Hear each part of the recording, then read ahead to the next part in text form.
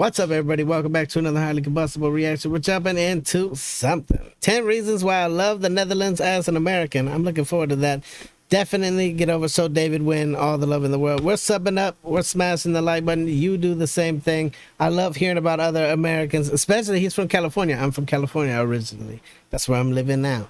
And am I looking outside? Absolutely. I love to see what other people have to say, especially about the Netherlands, because it is a destination point of interest for me. Let's jump in. Let's check it out together. Let's see what we got. I never thought I'd say this, but I do like Dutch directness.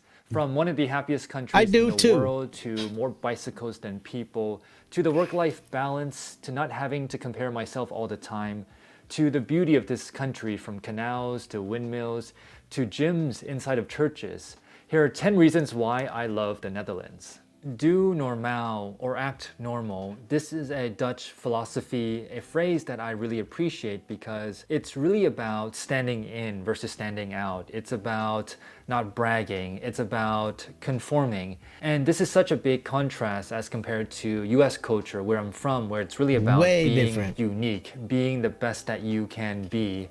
And that can actually be a formula for unhappiness. Now, it's not to say that the Dutch don't achieve, they don't want greatness. They do, but they don't brag about it. For example, when I went to university here to do my master's, when I got my exam grades, I got a 7 out of a 10. And I was quite disappointed because, well, a 7 out of a 10 for me meant a C. It was not good enough. Then I learned that 7 was actually a pretty good score. And then the Dutch classmates told me that they got a 6 out of a 10 and they were quite happy because, well, they had just passed and it was good enough. And it goes... That's me. That's my way of thinking. I'm going to do what I got to do to get by, to pass, even if it's with the lowest amount that I can pass with. That's always been my mentality, even all the way through school. C's are great for me. C's are great. D's, they're kind of the worst, but they were still passing at one point. Now, not so much. Very, very interesting. I have a feeling he's going to make us just want to get the hell out of California even more.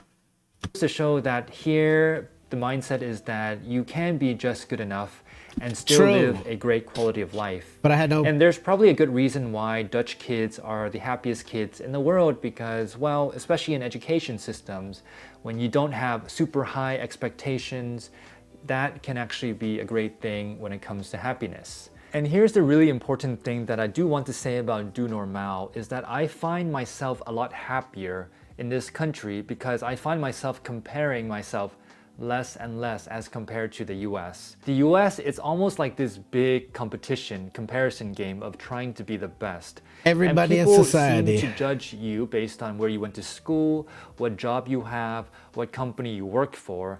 And the first question people ask you at a dinner party is, what do you do? And people do ask that question here and they do care, but people don't seem to judge you based on what you do, where you went to school. And I think that's a big factor when we think about happiness. When you're not comparing yourself as much, you become a lot happier. Now, you also see this in society. The Prime Minister rides his bike to work. Note. Also, this society, it's very egalitarian, meaning that I can call my professor by his first name. That was a shock for me. Yeah, that's not going to happen here. Go ahead, try to call your professor in America by their first name and see what happens. And so this philosophy of do normaal, act normaal, it's something that I really, really appreciate. Dutch people are some of the most direct people in the world. And I've come to love it. Well, because I tend to be a very indirect person when it comes to communication. And ever since moving here, I've learned to be more direct.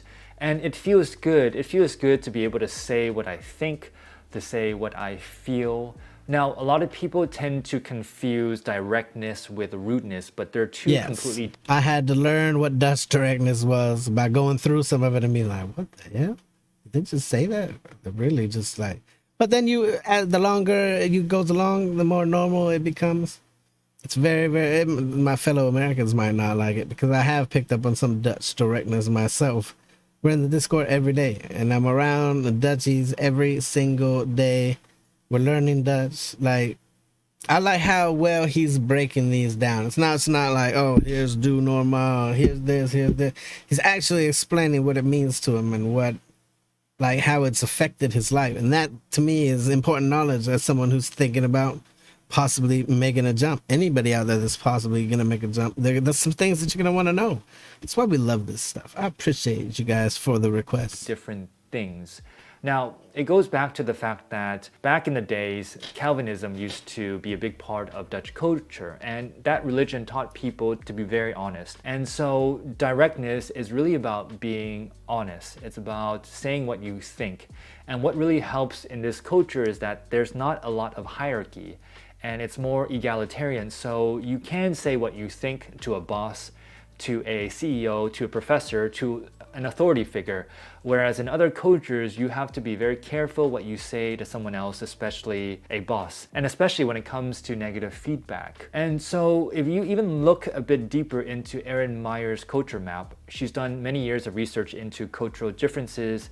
You can see that Dutch people are some of the most low context communicators. This means communication is very direct, simple, and precise, as compared to higher context cultures where communication is more nuanced, more contextual. You have to read between the lines for certain cultures. There's another scale called the direct negative feedback scale, and you can see that Dutch people are very okay with even giving direct negative feedback. And I do think this is where Dutch people get that bad reputation of being rude, because Dutch people are very okay giving positive feedback and also very okay giving negative feedback as well. And that might be a shock for many people. But again, I do like the fact that you don't have to beat around the bush. You can say what you think, you can save a lot of time, and especially for an overthinker like me, it helps me resolve many challenges about what someone else might be thinking. It's also more clear and defined in what you're trying to get across. There's probably less room for confusion when you're a little bit more direct. Instead of dancing around an obstacle, instead of dancing around the problem, just spit it out, just say it. Even if it happens to sound a little offensive, hey, it's got to get out there. Somebody's got to say it. That's the problem over here, is that a lot of times we dance around too much. We don't want to hurt people's feelings. You're all about telling people that they did a great job, but when a lot of people are very uncomfortable ever having to tell someone that they're not doing a good job, or that they need to improve, or that anything is wrong. Like, it's so hard to give negative criticism without people just going off the deep end here in America.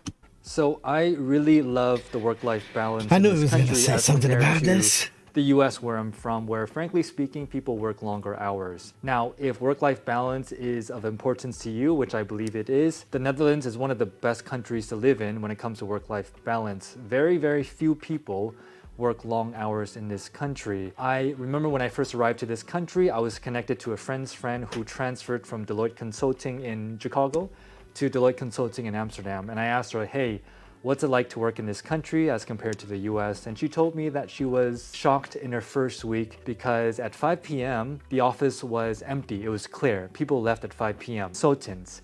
You would never see that happen in consulting in the US. I was also shocked in my first week here as well because frankly, people were leaving at 4 or 5 p.m. But the thing is, people are very efficient and effective here. People don't feel the need to stay longer than necessary. The other shock that I had was that people actually use up all their vacation days here, and people have a guaranteed minimum of vacation days in this country. Well, in Europe, it's 20 days in the Netherlands, and people take the full 20, 25 days, however many you get. It's crazy. As compared to the US, I had 5 weeks of vacation in one company, but I never fully used the full 5 weeks because, well, that's not part of the culture. People feel like they have too much work to do or that they can't. Look at this. Look at that. 768 million US vacation days went unused. Because a lot of companies even won't let you take them back to back. Oh, because I need to take 2 weeks off. That's going to have some sort of an impact on the company. They don't want to do that. So you're going to take them in little intervals. You're going to take this, and then, okay, later on you can take another little mini vacation. I know a lot of places like that where if you racked up all your vacation days, you would never be able to just be like, I want to take a month off. I want to take a week off. I want to take certain places. You just can't do it. Certain companies that just don't allow it. The work-life balance is a super important thing to me because I look around here and it drives me crazy because you see everybody just working all day long with a meal in the middle. Like that's pretty much life, running on the hamster wheel. And that's not, there's so much more out there. As someone who's explored 15 or 16 different countries, there's a lot more out there to see than just going to work every day so that someone else can get rich. I don't know. It's very, very bizarre. It's bizarre to look at other countries where it's like, oh, you have guaranteed this, you have guaranteed that. Even the dad gets off when a kid is born. You have the what? So it is a huge draw you in kind of thing. I definitely need to go. Take the full vacation days. And that's very different here. People laughed at me, my colleagues, because I didn't take the full 25 days. I frankly did not know how to take vacation in my first year in this country. But now I wish I had 6-7 weeks because, well, that's part of the work-life balance in this country. The other thing that I really appreciate is the fact that when you talk about mental illness and burnout, this is one of the most burnout-friendly countries in the world, because if you suffer from burnout, which is recognized as a mental illness here, then you can take sick leave and the company will pay 70% of your salary up to 2 years. So people are okay telling people that, hey, I was burnt out at a job. I never heard anything about burnout in the US. Nothing. So that's a big difference. The last thing that comes to mind is that a lot of people here work part-time. In fact, I think the Netherlands I didn't even know burnout was a thing. With the most part-time workers in the world, and especially women here as well. Hey, there's work-life balance, and I really like this country because of that fact. What a beautiful country to live in, from the windmills to the canals to the bicycles to the steep stairs to the narrow houses. There's something unique about this country, especially if you come from a place like the US, where it's a lot bigger. The history and architecture are a lot more modern, and the cities are bigger and more like metropolises, because living in this country feels like you're living in a very big, small town. Even a place like Amsterdam, for me, seems like a big, small town. I remember when I first moved here, I lived in this Dutch canal house, and that was such a unique experience because it was 400 years old. And even walking up and down the stairs, you could see that those stairs, there were dips in those stairs because people had walked on those steps for over 100 years. And it's not just Amsterdam. Amsterdam is beautiful, but this country is full of hidden gems that most people don't know about. Most people that put out a video about the Netherlands, it's always Amsterdam. We always hear about Amsterdam. So it's cool that he's gonna just go through some other places, because we have seen a lot of fairy tale-esque places up there. There's so many places that I would want to visit. You would feel robbed if you didn't go to them. Utrecht is like the Amsterdam without tourists. The Hague, I like going to The Hague because it's a big international city with a beach. Rotterdam has modern architecture. Delft is actually my favorite small town because, well, it's very small, cute, and it's known for Delft blue, Delft pottery. Actually, I moved to this country because of Maastricht, where I spent 1 year studying. And I remember watching this YouTube video of Maastricht, and I fell in love with it. It seemed like a fairy tale. And when I lived there, I would go and cycle into the countryside. 1 minute I'd be in the Netherlands, the next I'd be in Belgium, the next I'd be in the French-speaking part of Belgium. And something that comes to mind is in the wintertime, yes, the weather sucks, but sometimes the canals will freeze if it gets really cold. And that is such a special experience where you see people ice skating on the canals, and you could actually walk on the canals yourself as well. And it just seems like you're in this walking painting. You see all this old architecture around, smiling faces, such a special experience. So the Netherlands, a very small country, but there's so much to see, do. And speaking of architecture, did you know that 20% of all churches in this country have been converted into non-religious uses, such as apartments, gyms, bookstores? What a cool way to make use of churches that are no longer in use. A super cool way. Over here would probably just get tore down so something new could get built up. I love the reutilization. Things that used to be old factories and all this, they're now serving modern purposes. The whole thing is cool. That's like the ultimate recycle. To not tear down and build up something new, but to utilize the things that have already been built. Especially when you have architecture like that. Architecture that's hundreds of years old. Like, yeah, Very, very cool. When I lived in Maastricht, I actually went to a gym inside of a church. And I remember running on the treadmill, lifting weights, and looking around, looking up, and thinking to myself, wow, I'm lifting weights inside of a church. Who would have expected that? But that was a really cool experience, and the Dutch have this very innovative sense of making use of space in this country because it's not the biggest country in the world. It's not. So you really have to be creative in how you use space in this country. Did you know that in the Netherlands there are 17 million people and 23 million bicycles? It's a country built for cycling. I mean, the country is flat, for better or for worse, but that's great for cycling. And it doesn't take a doctor to tell you that if you cycle more, that's going to be better for your health as well. I remember when I lived in LA, I would drive 2 blocks just to go to my local supermarket. And now I can't imagine not having a bike. I bike everywhere, from the supermarket to work to shopping. I used to go to the gym just to cycle, but now I cycle every day. It's also quite efficient in terms of systems. You have subscription services where you can rent a bike for a day, for a week, for a month, for a year using swap feeds. At every train station, they have these OV feed stations where you can rent a bike for a day for about €4. And did you know that in the Netherlands, 50% of all public transit trips start with a bicycle? Everything is connected. This is sustainable transportation. The bike lanes, the roads, the public transportation, everything. We have bike lanes, but they're not like bike lanes. They literally just stole a lane away from the cars. We have a bike lane video, like the whole thing. It's not something that you see every day. The way that life is up there is not something not normal for us. It's not something that I can go outside right now and there won't even be that many people walking around. Up there, it's like ants. They're everywhere. You guys work on some sort of hive mentality. Everyone rides their bicycle. It's a different way of life. It's just like looking at a different planet. Everything's connected. So the bike lanes feed people to go into public transportation. And that's not only great for people's health, but that's also great for the environment as well. And oh yeah, public transportation, it's a beautiful thing for the most part when it works. But from my experience, it works most of the time. The options are endless, from trams to metro, buses, trains, bicycle, by foot. And it's a really small country. You can get anywhere within a day.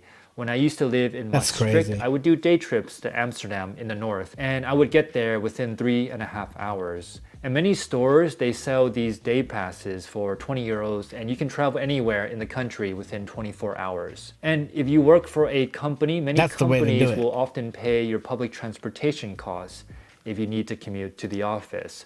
So sustainable public transportation, it works in this country for the most part. Almost every single Dutch person I know speaks perfect English. And that's because the Netherlands is the country. They don't think that they speak perfect English, but a lot of them speak English that is 100% on, like, we don't have any problems communicating. But they will always doubt their English prowess. Country with the highest level of English, where English is the second language. And it makes it easy, very easy for someone to come travel here, to do business here, to work here, to study here, to live here, because the Dutch speak great, almost perfect English. And it makes sense because, well, the Netherlands is a small country, but they have a long history of being business people, tradespeople. And if you want to do business with people from around the world, you need to be able to communicate. And because the level of English here is so high, it makes it easy for people to come work here, to study here. In fact, I came here to do a master's, English only, in Maastricht. And because it was an English only program, I was able to meet people from around the world, from around Europe. And also in the workplace, the same is true as well. In many international companies, English is the method of communication in the workplace. And that attracts a lot of people. It creates this very diverse international mix, which I really appreciate as well. When it comes to safety, the Netherlands is one of the safest countries to live in the world. The crime rate here is quite low. Everyone already said it's going to be weird for me to not hear, literally, I don't normally go outside of the house without a weapon. Like, you just never know what's going to happen. It's really, the other day a lady got robbed right on the street. They pulled their car in front of her car, got out, robbed her, and drove away. Like, it's a whole different world. So for me, being able to be completely safe would be very weird at first. It would be, I don't know, I would still be on edge, I think, until it finally sank in that, hey, nothing's gonna happen to you. And that's something I really appreciate, the fact that I can go out daytime, nighttime, and feel safe. Women tell me this as well. And even if I go to, say, a bad neighborhood in this country, it doesn't even feel that bad or unsafe. I've never felt unsafe in this country. As compared to if I go into a bad neighborhood in the US, I definitely do feel tense and a bit unsafe. There are many factors. Yeah. One factor is that, say, something like guns are not allowed in the Netherlands, whereas they are allowed in the US. The other thing is the homeless population in the US. I'm always shocked when I go back to a place like San Francisco and I see homeless people everywhere downtown. Many of these people have mental problems as well, which is sad. And when you have mental people walking around the streets uncontrolled for, that can also be dangerous. Now, he's not wrong. Even right here in Fremont, where I live, that's not that far from San Francisco. We're only a few cities away. It's a tragedy to see how many people are in the streets, how many people are literally sleeping in tents on the library lawn. How many abandoned people, how many people have parked motorhomes that have then gone into disrepair, and so they're all over the roads. It's just, we even had some people that were trying to build tree houses off the side of the highway. The homeless population right here, right now, is as high as I've ever seen it. Just, it's heartbreaking to see. To be in a place where everybody is kind of taken care of would be very, very unique. Now, when it comes to crime in the Netherlands, your bike will probably get stolen, but that's about it, petty theft. And I'll take that any day over, say, the crime, say, in other countries. And that's something I really appreciate about this country. And for those of you who aren't from Europe, and if you come from a place like the US, one really cool thing about being in the Netherlands is that you are in the center of Europe.